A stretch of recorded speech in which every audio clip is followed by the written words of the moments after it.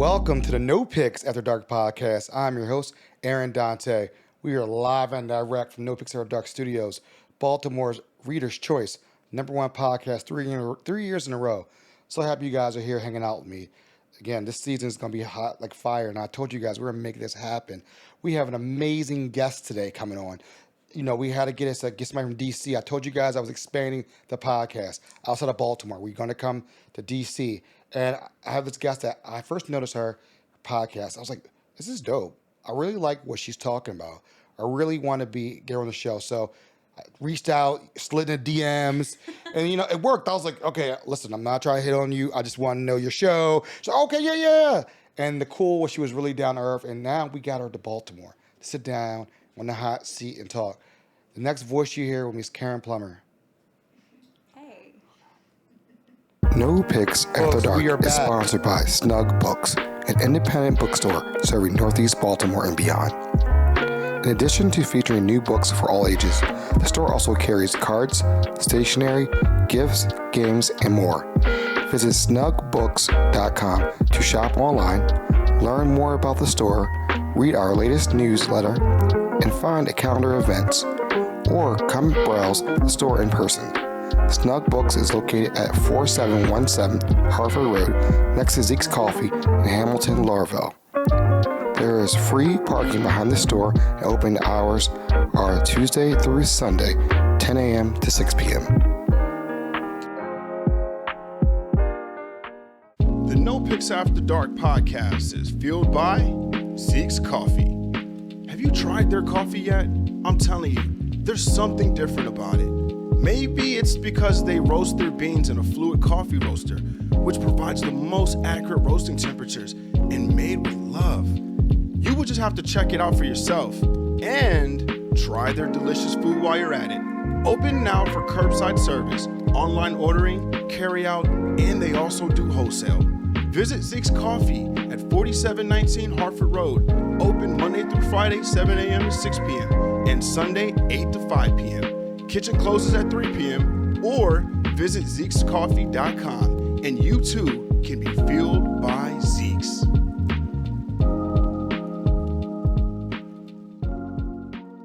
Folks, we are back. I gave you that introduction. Miss Caren Plummer's doing some amazing things. How are you doing today? I'm good. Thank you so much for the hype. Hey, we got to get DC's best in here. Why not? Why not bring you in here? I'll take it. Okay. I'll take it. You got to be. So what's going on? Tell us, you're from DC. Mm-hmm. You have a great podcast. You're doing so many amazing things. I watch your Instagram, and some days I'm like, that's only 24 hours in a day. She makes it really happen. So let's talk a little bit about you. Yeah. This is your show, I'll tell people. Oh, okay, great. Well, thanks so much for having me. And thank you for having me in Baltimore. I love this city. I love popping over here every time I have the opportunity to do so. What am I? Who am I? I am a DC native, which is so far and in between when you start talking to people in DC. Born in DC, lived in a little bit of Maryland for a while, so happy to be back. Lived in Northern Virginia for a hot second, so truly a DMV person.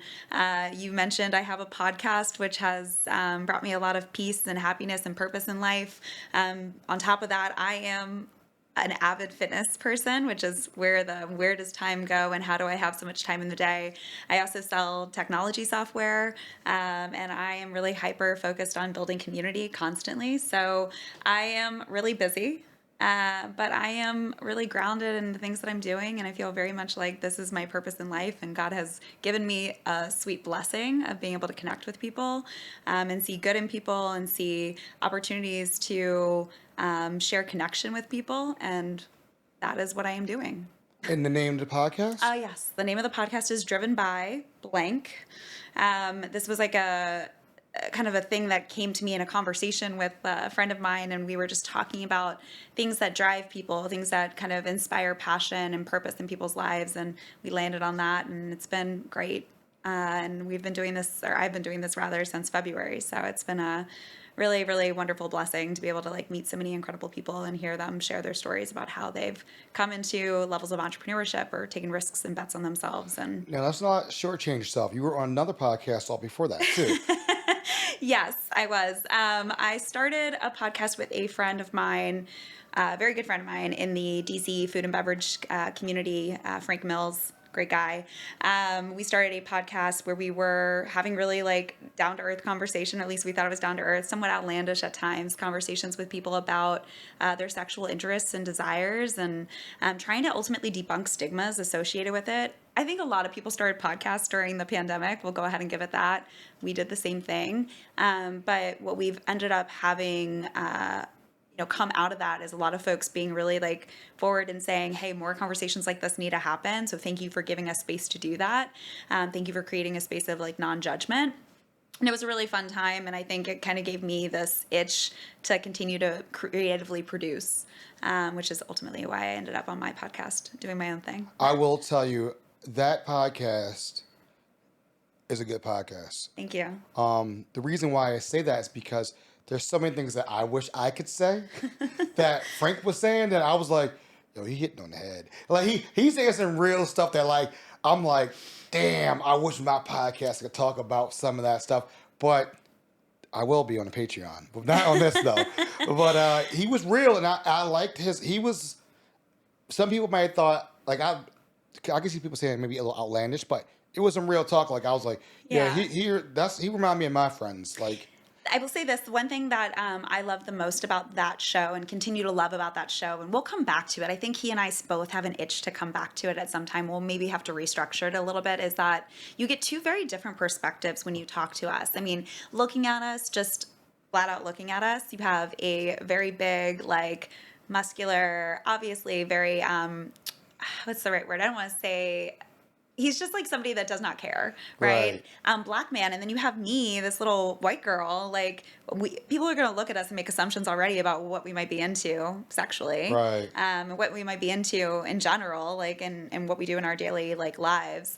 And I think that was one of the best things about that show, is that we were coming in with people making preconceived notions about who we were already, just by the way we looked. I mean, we got so many weird DMs at the beginning of that show. I don't even need to get into it. And they were so, like, racially charged. But it kind of created this level of like, all right, now listen. Like, you're curious now listen. And when you listen, yes, you are kind of getting that. I mean, he's definitely has a big personality, and I'm kind of always trying to keep this space of grounded energy, but we come together and create something really, really special. So again, we'll come back to it at some point, hopefully, because it was a cool show. I had to give you your flowers. You know, when you say Thank one, you. you got to give two. You are a vet. I'm going to call you a vet of the podcasting. Just don't shortchange yourself and say February. You've done so. That's okay. You've done the work. I've been doing this. Yeah, You've done the thank work. you. That's what's well. So, you know, you say you're a DMV native, okay? Yes. Growing up, like, what did you aspire to be? Like you're like, I'm going to college. What did you aspire to be? Like... Yeah, I mean, I think I've always wanted to do something that had some level of audience. When I was younger, I used to definitely make the fam pull up, like get out a fake mic, do the whole thing. Mm-hmm. I've always found a lot of attachment to like sports, even though I'm 5'4" and literally the littlest thing.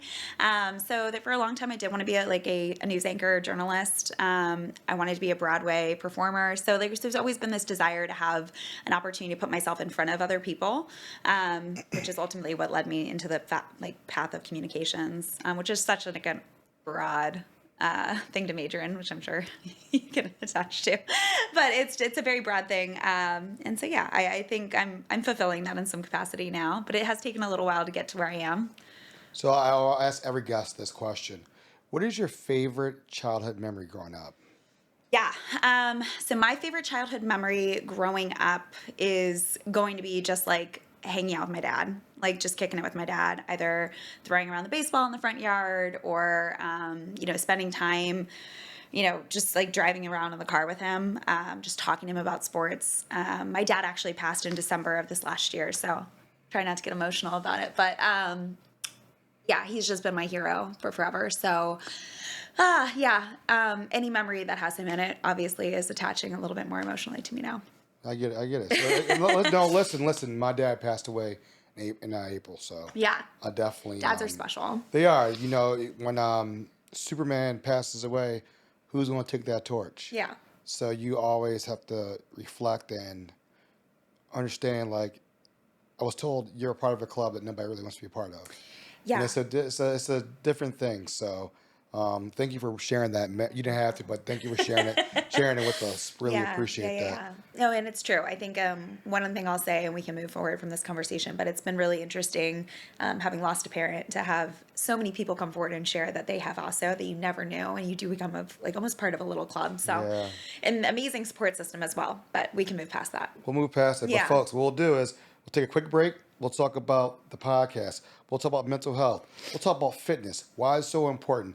Things that she's working on that I really want to support and help out in what's going on in DC because she's on the scene. We'll be right back with these messages. OpenWorks is Baltimore's largest makerspace, offering access to tools ranging from 3D printers to welder and training in how to use them. OpenWorks also offers affordable studio space, a coffee shop, and fun-free events throughout the year. But OpenWorks is more than a public workshop. It's a community of creative professionals, students, seniors, entrepreneurs, and makers of all kinds.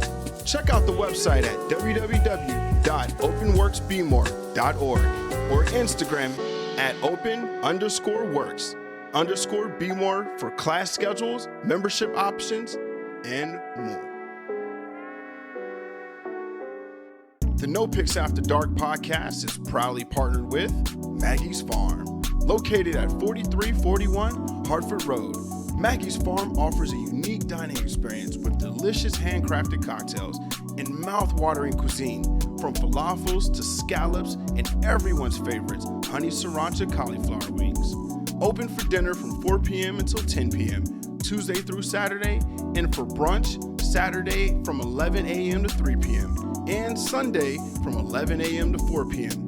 Delectable chicken and waffles, shrimp and grits, biscuits and gravy, and more.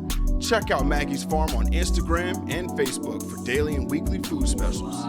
All right, folks, we are back with Miss Caren Plummer. Thank you for coming to Baltimore again. Yes. Thank you so much. I'm learning so much about you. Folks, this is the first time we met. So it's this is in real life, and we've been messaging back and forth for the last month or two, and we finally made it happen. So thank you, because you said something very important. You're very, very busy. You have a lot of things going on. And before we got on a video, I said, time you can never get back. And I don't want to waste anybody's time. So we try to make sure we equate people's time and make sure it's worth it. Yeah, you're busy too. Let's not pretend to be the only busy person in the room. I honestly overextend myself probably. It's something that I work on often, especially when it comes to how I kind of ground myself, what my morning routines look like, what my nightly routines look like. I know we were just talking about mental health, but this is a large portion of it, is just trying to make sure that you don't burn yourself out, which I'm sure you can. You just brought it up now, so we're going to slide right into that. Let's do it. Mental health. So mental health for you, it comes in different ways. People, I go to a therapist, and I love it's probably the happiest part of the week is going to my therapist, because there's a lot of stuff I have to get off my brain that that's not just judgmental. How does mental health help you out, as far as what you have gone through? I love that you're asking that question. First and foremost, I think mental health is something we don't talk about enough, as a society. I think we're talking about it more now because we all just went crazy for the last 2.5 years. But my journey with focusing on mental health actually happened. This podcast is just gonna be about my losses, but I lost my brother to drug addiction. I lost him to a heroin overdose, and immediately leaned into fitness as a means of trying to heal that pain. I led into yoga really, really heavily because it was a place where I could get quiet, kind of build a community around. People had no clue that I had lost my brother to overdose, right? So I was trying to find a space where people weren't constantly giving me their sympathies and condolences. And that was great. But that was only kind of giving back to me in a physical way. It wasn't giving back to me holistically. It was only giving back partially to quieting my mind. So honestly, I waited until probably 2019 to really lean into actual therapy for myself, personal therapy for myself. I think I've given so much time and energy to other people that I constantly felt myself moving in and out of burnout. And I wasn't listening to the people that were saying, hey, what are you doing to fill your own cup? Because as a person in fitness, so I mentioned this, I teach yoga. Teaching yoga is a blessing because it is something that gave back to me so much when I was going through what I was going through with my brother's passing. But you're putting yourself out there in any capacity as a fitness instructor. You're constantly putting yourself out there and you're giving away your energy. And you said that about time. The same is actually true for energy. You don't get any of your energy back ever. That's one thing you'll never get back, right? Like time, yeah, you don't get it back, but like there is time that comes back and resets but your energy does not reset, right? Unless you do something to kind of fill it up and reset it itself. So I leaned into therapy really hard in 2019 and have been, going twice a week, once a week, whatever it is, and whatever works since. So I love that you go to therapy. I think that's so important, especially as a man. Good for you. Like, So it's a stigma that a lot of black men have. I will tell you, just from me growing up,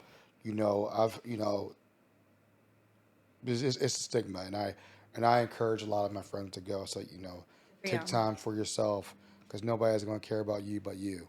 And everybody can cheer you on, but it's mentally. It's kind of like I always tell people the Michael Jackson song, "The Man in the Mirror," or that's who you answer to. That's who. It's all that fake facade. It's every day you look in the mirror, you gotta take care of that person. Yep. And so that's why it's very important. So thank you for sharing about the mental health aspect of things. So let's talk about your podcast. Sure. All right. So it started in February. Yes. And the one thing that really caught my eye about your podcast was community. Community. Also, we talked a little bit offline, entrepreneurs.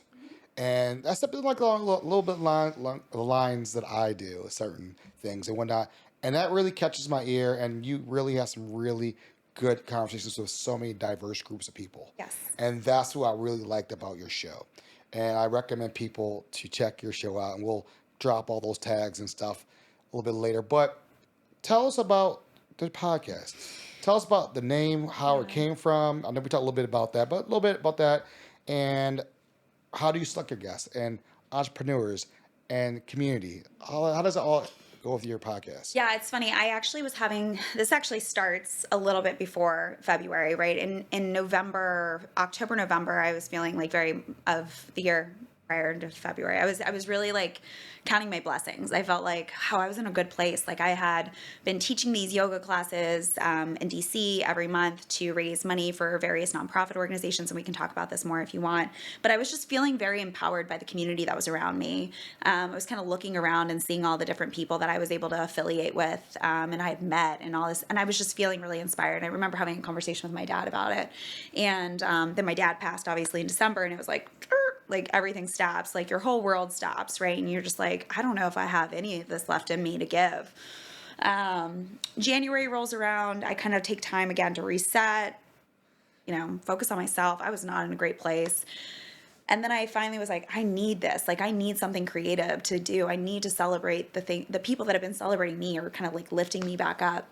And so I had like a little two-way conversation with a friend of mine who has been really instrumental to me just with regards to celebrating not only the podcast, but also celebrating the community events that I've been doing with yoga. And he's just been such an unbelievable support system in my life. And we were spitballing the name, like I said, and ended up on Driven By, because the reality is what you're passionate about and what your purpose is in life typically come together, in my opinion, based off of what drives you, what gets you out of bed every day. Why do you do what you do? I mean, for me, it's community.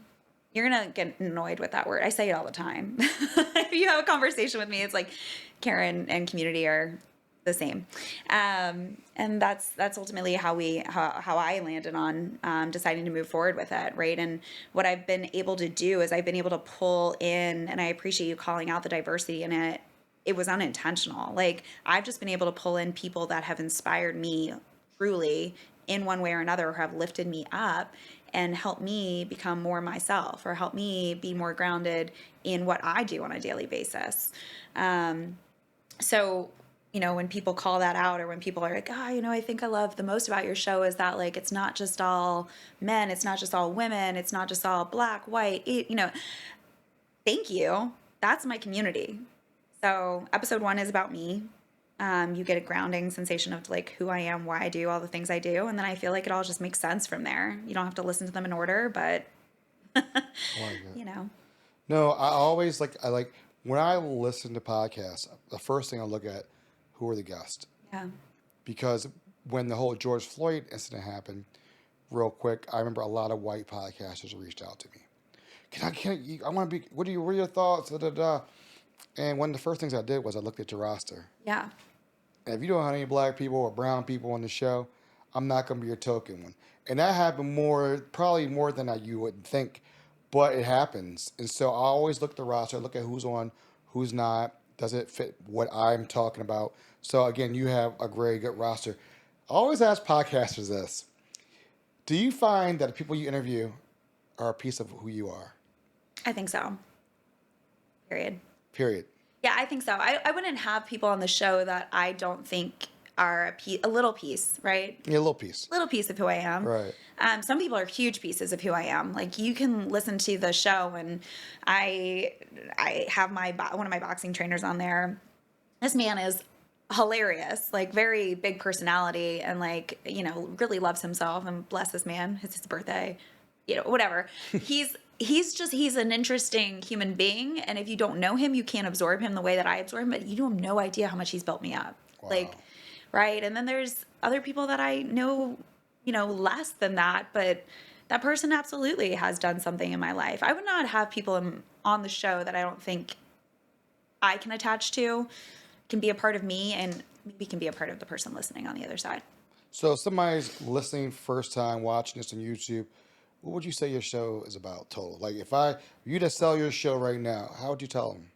I mean, I think it's a conversation about the intersection between passion and purpose, and ultimately what drives entrepreneurs, risk takers, and change makers. I know that's the elevator pitch, but like, that is true. It is people that have had impact on my life that I believe can have an impact on yours. All right. So you have some real cool stuff coming up. All right. So, and I wanted to talk a little bit about this, and this episode will drop right before this happens. You guys, you following your IG is like a workout in itself. So I'm sitting there like, damn, and I'm like eating like a brownie, like, damn, I don't want to put this down on the ground. But Eat your brownie. Well, I mean, I'm like, damn, I don't even want to eat this. I gotta get up and do a couple sit-ups and jump. I don't know, but you are really big into fitness and health. Yes. Okay, and you are training for a boxing match, which to me, I'm gonna tell you right now, I got hit in the face one time and never again. Like, I can't have this porcelain broken ever again. But you're boxing, like, that's some badass shit right there. How'd you get into boxing? Why'd you want to do a boxing fight for charity? Like, what's that all about? Yeah. You and everyone else is asking the same question, because I am a yoga instructor and a very peaceful person. I Right. let bugs out the window. Like, I don't hit, kill, no. But you about to get smacked in the face. I honestly, Haymakers for Hope is such a cool organization. Okay. They do boxing matches up and down the East Coast, and the goal is to raise money and awareness for cancer research and ultimately to help us KO cancer, right? Okay. And I was reached out to, very similar to the way you reached out to me, hit up on my DMs by somebody I had not ever interfaced with ever, that shared they were pumped by what they had seen me do with the yoga community in terms of raising money and awareness about various nonprofit organizations. It's clear that I have a passion for trying to raise money, and you are required to raise $7,500 for Haymakers in order to participate. So it's a challenge already. And then on top of that, I've been boxing since summer of 2020. Listen, when our city streets were being filled with protests and Trump was the president and there was a lot going on in DC, and I needed something to like focus my energy on that wasn't me moving through an upward facing dog and a downward facing dog, right? So I led into boxing really heavily, and I've just seen so much growth in myself through the sport itself. I'm still learning a ton, that I had this opportunity arise. It's on my birthday. The fight in DC at Anthem. If you're familiar with Anthem, it has enough space for 7,500 people to be in it. So Okay. biggest stage I'm probably ever going to perform on. And so I said yes. And it just felt like, I don't know, it felt like God was like, all right, you like to give, doing service to others, like step up to something that you're passionate about, like step into the ring, serve it up.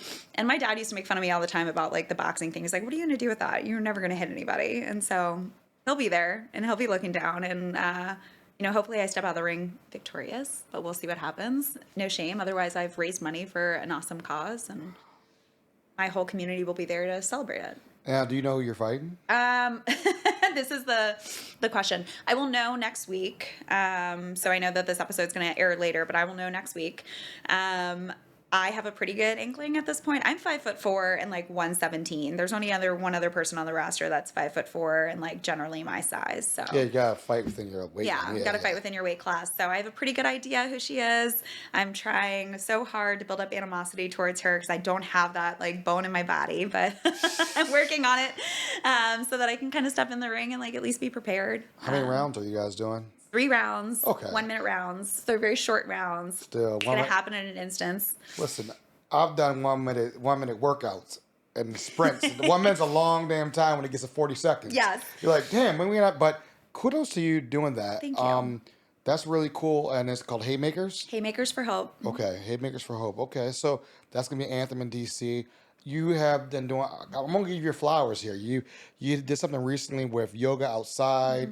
Like that's really big. Is that something you do every week? Something I do every month. Okay. So during COVID, I, like many other fitness instructors, I ended up getting like let go because obviously we weren't teaching inside, and that's fine. It was not my main source of income ever. But one of the things that I realized is I needed to move my body. What I get from teaching is that energy exchange, right? With me being in a room with like total strangers and like having them walk out and be like, "Thank you so much, that was amazing," and I'm like, yeah, "Thank you for sharing your energy with me." And so I didn't have that anymore, and I knew people were going through a tough time. I was. Oh my God, the first 2 weeks of COVID, like quarantine, I was crazy. And I started teaching yoga for free on Instagram, like live, like many other people, for no monies. And then people were like, "No, let us pay you for your time. You're doing this consistently. You're showing up." And I said, "No, I have a full-time job. So many people have lost their jobs. Like there's so many people in need, so many people." So I finally, again, same person that helped me with my podcast, I came to them. They're like my idea person. I came to them and I said, "Listen, I really want to do something here. Like, I think I can do something with this money." And we opted to like throw ideas around. And I ended up with this idea that I could charge like a flat rate, but it would go 100% of the proceeds would just go to a different nonprofit each time. And it was right around the same time that we were starting to like kind of coming back into society with like windows open or outdoor situations. And CP Yoga was born from that, which is my personal business. I do a class once a month in DC with a different nonprofit partner each time, and 100% of the proceeds go directly to that organization. And the goal is just to help raise awareness about their mission, help raise funds, and then obviously bring people together as a community so that they have opportunity to see the impact they're making on the org, and then hopefully the organization gets some volunteers out of it. I love that. Thank you. I love that. We're in some NoPix will help out some other way, so we'll figure Yeah. out. Let's figure out something that we can help out, and whatever. I really do. That's the reason why I started the podcast. It was basically to tell the stories of the unheard, like the stories that you really don't hear about every day. That people are doing amazing things in this world. And, I can turn on any of the alphabet channel stations and hear about negativity all day long.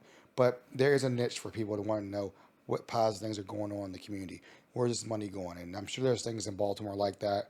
But I really appreciate you telling that part of the story. Yeah. Being an entrepreneur, how do you feel being an entrepreneur? Like, how does that feel? I am always somebody that feels like what I'm doing has value, but there are just so many other people hustling and working so much harder than I think I am. I don't know. I'm somebody that always stays humble. So I love that question. Thank you. I'm not maybe attaching to it yet. Like I'm still thinking of myself as community builder rather than entrepreneur. Okay. I don't know how else to describe it. Okay. So I would say, where would people be able to find the CPO, the CPO, the podcast, the Haymaker? Like you have a lot of I have a lot going on. You got a lot going on. Where is there a universal spot? Yeah. Do you have a website that we could look up where you could plug that and salute and just kind of bring some more light on what you got going on? Yeah, so the best place to find all of my links is through my personal Instagram, which is Care, CARE_Plummer. I took off the N. The whole Caren debacle of 2021 threw me off. My name's spelled with a C, so it makes it a little bit better. But yeah, so Care_Plummer. And then there's a link in my bio that has all my links. You can always find out more information about Haymakers there. You can find out what my monthly class and where it's located if you're in the DC area, or if you want to take the drive in. If you're in the Baltimore area, I would love to have you. But yeah, everything's there. You can see some of the nonprofit organizations that I partner with. I do have a website for CP Yoga. I do privates, all that good stuff if anyone's ever looking to book me. But yeah, I think the best place is just my home base, which is my personal Instagram. That was an entrepreneurial hustle right there. Like, if you want a private, we got you. Whatever you need, we got you. We got you covered. I love that. I love it. So I always do something really fun at the end of every episode. It's called Speed Round. We ask just random questions. Let's do it. We go from there, okay? So crab cakes or crabs? Oh, crabs. Okay. Snowball or ice cream? Ice cream. For wings, flats or drums? I'm a drums girl. Drums? Yeah. Not flat? No. Okay, all right. Well, I like to hold them, bite them. I get it. All right. Speed round. Speed round. Ranch or blue cheese? Ranch. Okay, all right. You're throwing me off here. Okay. A good book or a good movie? A good movie.